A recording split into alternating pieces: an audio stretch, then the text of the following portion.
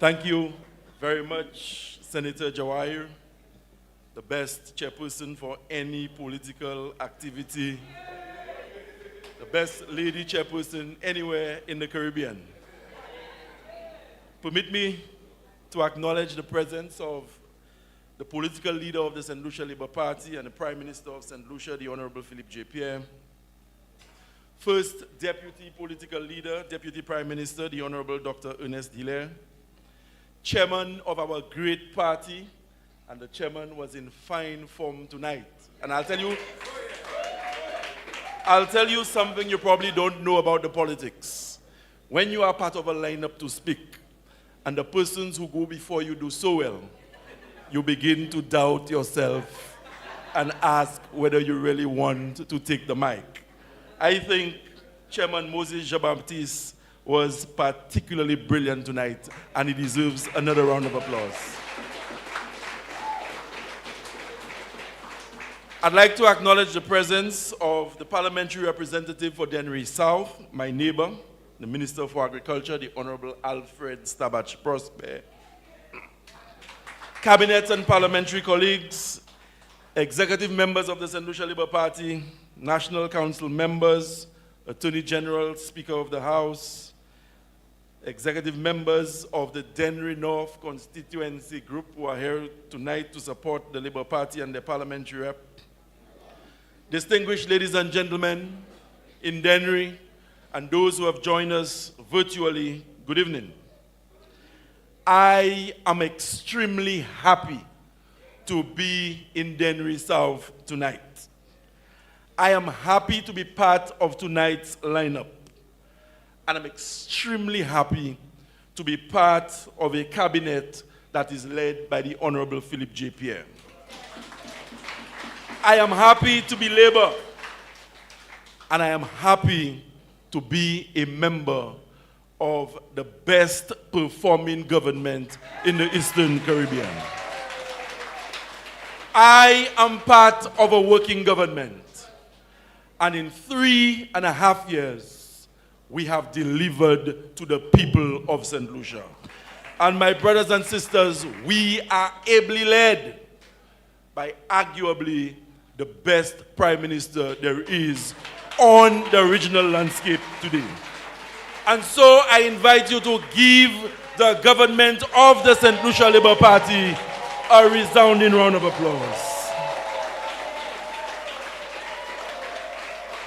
To my colleagues from Dennery South, let me remind you that when you voted in July 2021 for Alfred Stabach Prosper, Philippe J. Pierre, and the St. Lucia Labour Party, you made a telling contribution to the forward march of our country. And you ought to be proud of your rep, Alfred Stabach Prosper. And you heard it from Moses Jean-Baptiste, that when Minister Prosper comes to the cabinet on a Monday morning, he comes to advance the cause of the farmers of this country, and very importantly, he comes to advance the cause of the people from Dennery South. And I've heard people criticize the minister unfairly. People have come to me to tell me that I need to check on my colleague Stabach Prosper. And when I sit with the minister and he provides evidence of what he has done in this constituency, the minister deserves nothing less than applause and admiration. And come the next general election, whether it is called on a Monday or on a Friday or even on a weekend, Dennery North and Dennery South will return to the St. Lucia Labour Party. And I've said to Stabach that I'm not even driving to Castries on the day when we'll be sworn into cabinet. I want him to pick me up in the valley on his way down. That is how confident I am of a victory for the Labour Party in the 2 Dennery seats. My brothers and sisters, our government has delivered. We are in 2025, and the Labour Party is changing gears. And I've said to my folks in Dennery North that we are no longer protecting the victory, but we are working to secure the next victory. We are working to secure the next victory in healthcare. And you heard the elaborate report presented by the Honorable Moses Jean-Baptiste. And there's so much more that the minister could have said. But because of time, he had to truncate his presentation. But we should not underestimate the United Workers' Party and their nastiness. And I've been in politics since 2011. I taught at the secondary school less than 100 yards from here. And I transitioned to be a candidate for the Labour Party in 2011. And I can tell you, when you are in opposition, as I've been before, after 2 years, you should be in a position where you can see a path to victory. But we are in year 4, and the United Workers' Party cannot see any sign of victory. They cannot contest any policy position, and so they've decided that the best way to move forward is to launch vile and nasty attacks on the ministers and supporters of the Labour Party. Devoid of plans. Yo pas ni pièce plan, parti sans plan. They are desperate, and as I indicated, there can be no policy contest with them. But my brothers and sisters, we will not take them lightly. We will refute the nonsense that they put out there for public consumption.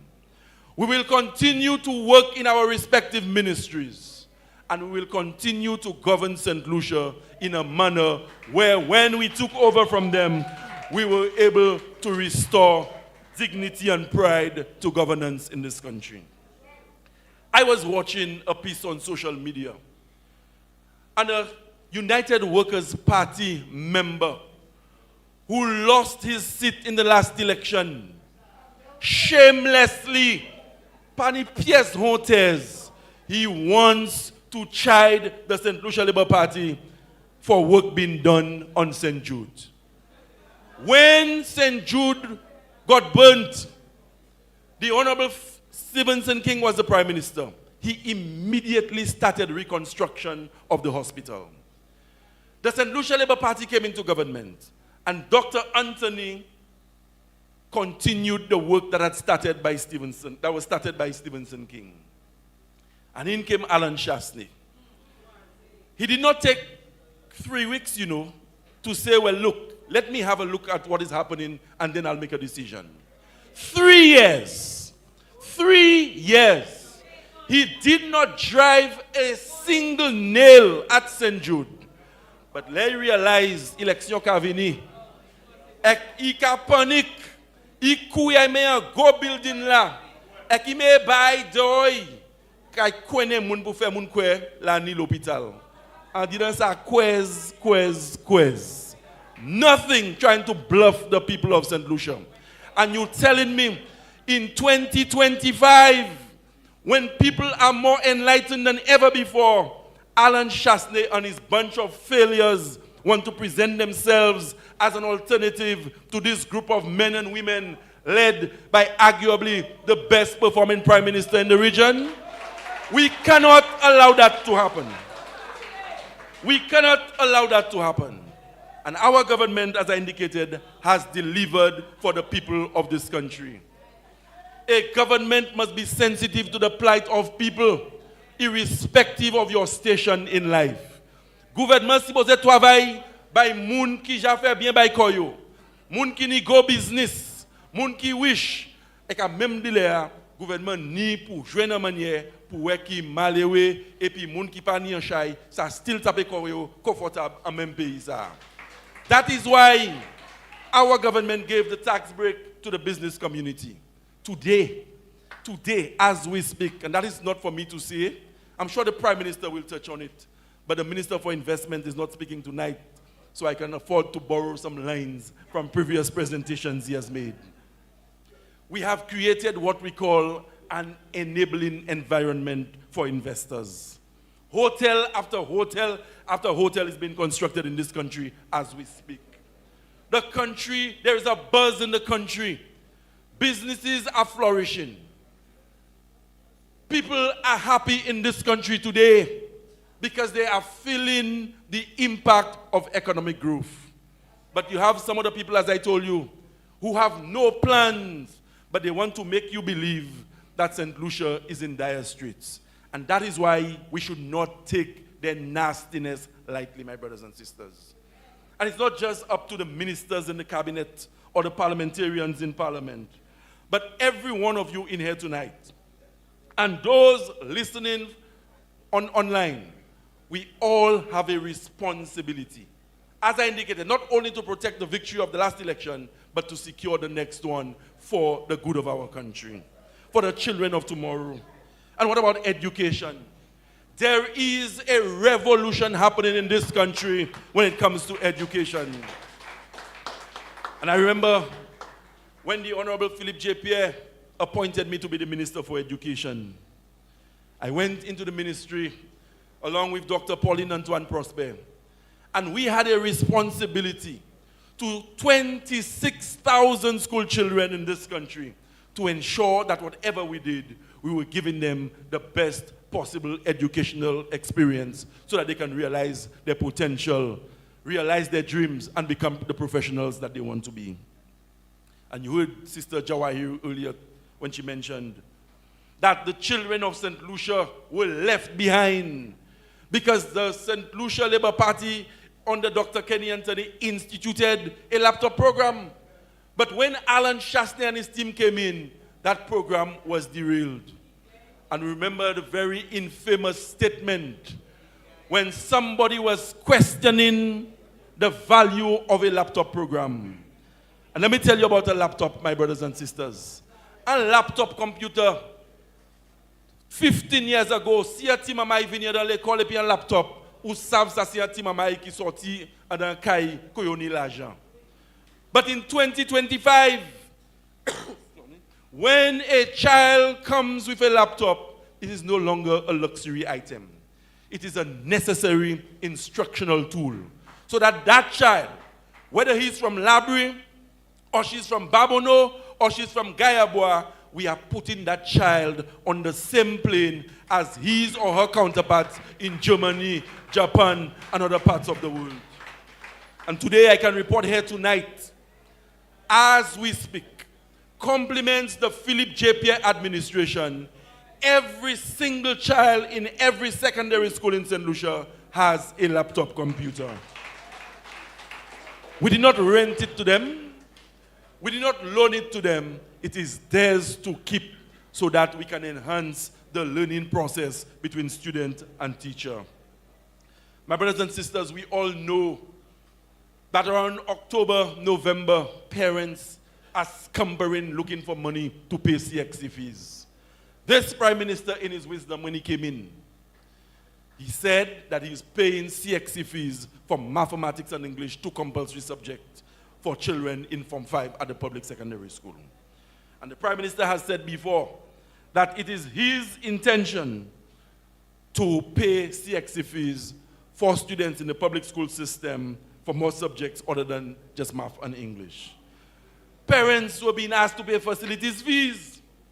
We have taken care of that on behalf of the parents of this country. And as we speak, roughly $25 million is being spent to upgrade the physical infrastructure for schools around the country. And I remember very clearly my cabinet colleague, the Honorable Joachim Henry, he said to me that he went to the Enchibo Secondary School. And I don't think Joachim is as young as Jeremiah, no, but you know how long ago that he attended that school? And the school, when we came in, was in a dilapidated state. We secured through the Afri-Exim Bank $7 million to build a new wing at the Enchibo Secondary School for the children at that school. We have extended the Sir Arthur Lewis Community College in the South for persons in the South who want to access tertiary education. A new block is being built at the Grenivier Secondary School. A brand new block is being built at the Peru Combined School.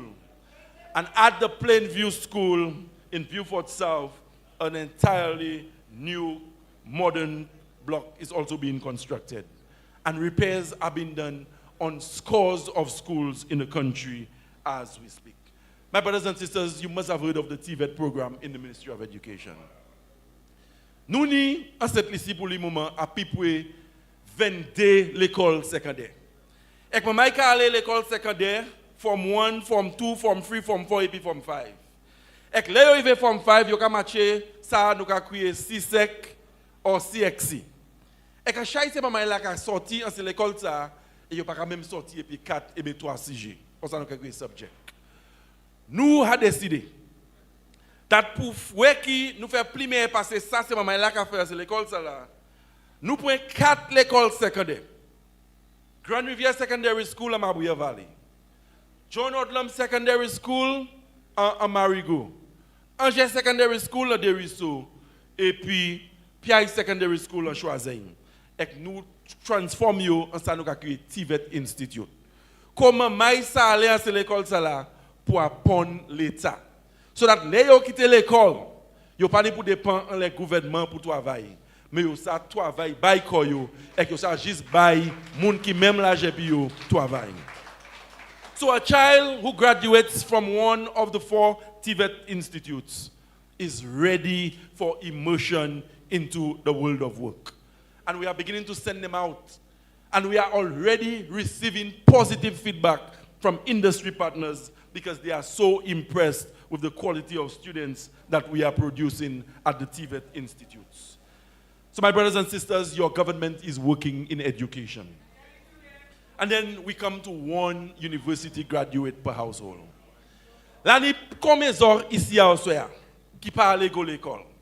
You never went to university, but you have a dream that one day your grandchild and your great-grandchild will access university education so they can become the professionals they want to be. And that sits well with the philosophy of the Labour Party. And since coming into office, we have provided approximately 1,500 higher education opportunities to the people of St. Lucia. So tonight, if you go to Hungary in Europe, you will find young St. Lucians studying complements the government of St. Lucia. If you go to Morocco, you will find young St. Lucians there studying tonight to realize their dreams. If you go to Indonesia, Serbia, Cuba, Taiwan, our students are in those countries pursuing education so that one day they can come back to St. Lucia. They can raise the profile of the families from which they came. They can raise the profile of the community, and ultimately they will make telling contributions to the advancement of St. Lucia as a small island developing state. And that's not all. We do modern scholarships in relation to 1 university graduate per household. We realize that in places like Dennery South, Lacaille, Limay, Green Mountain, people are occupying lands for which they have no title. Moun fait caille en la terre, yo pas même ni papier terre. Et quand c'est caille ça qui cost $500,000, $500,000, mais yo pas ça aller en banque là, et servi caille ça pour prendre loan pour voir issue l'école. Vous savez qui ça nous fait? We guaranteed $3 million at the St. Lucia Development Bank so that the children of ordinary St. Lucians, for want of a better expression, can go and sit with a loans officer. Et pas pis maman yo pas ni terre et pas ni bagay, mais ça joindre l'argent pour aller à l'école et pour une éducation. And in this 1 university graduate per household, you must have heard of the first generation scholarship program. L'année famille en cette lycée, que tout moun en famille, maman, papa, et puis 3 ishios tout à l'université. Et l'année l'autre famille, que pièce moun, même si c'est maman et la mouche yo, ça fait work yo. Even if the children have demonstrated from early that they have the aptitude and the ability, they will never get to go to university because their parents do not have the means.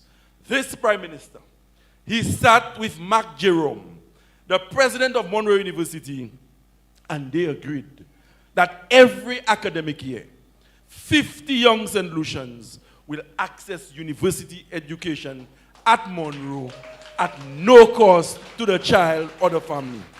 And there's nothing more gratifying. And here, pas capable plus satisfaction. Parce que là, je un text message to tell you, thanks for the opportunity.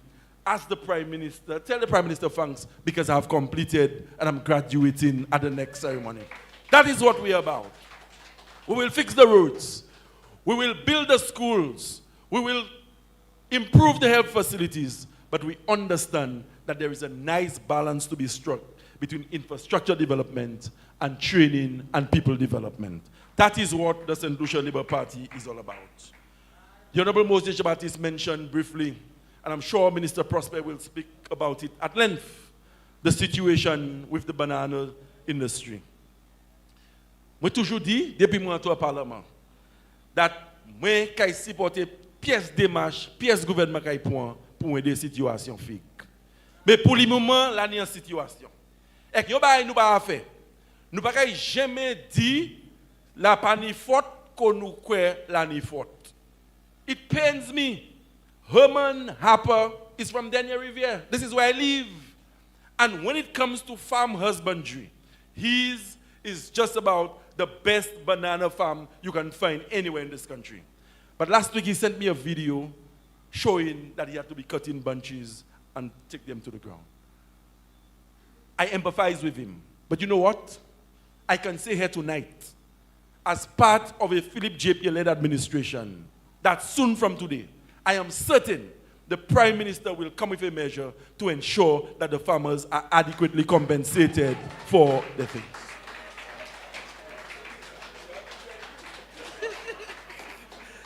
So, to the farmers who are here, I see many of you from my constituency. I see from Did I say something I shouldn't have said? The applause were for the farmers. So, my brothers and sisters, as I indicated earlier, do not take the nastiness of the UWP lightly. Stand in solidarity with your parliamentary representative. Continue to work to secure the next victory.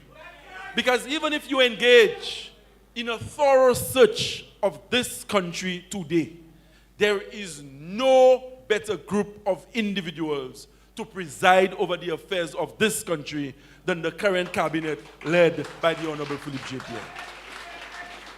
And even if we are attacked individually or as a collective, with you standing in solidarity with us, there will be one highway to victory. The St. Lucia Labour Party will be returned to office. Philip J.P. will be the Prime Minister again, and we will continue to discharge our duties to the people of this country. Long live the St. Lucia Labour Party. Long live our Prime Minister and political leader, the Honorable Philip J.P. Thank you, brothers and sisters. Enjoy the rest of the proceedings.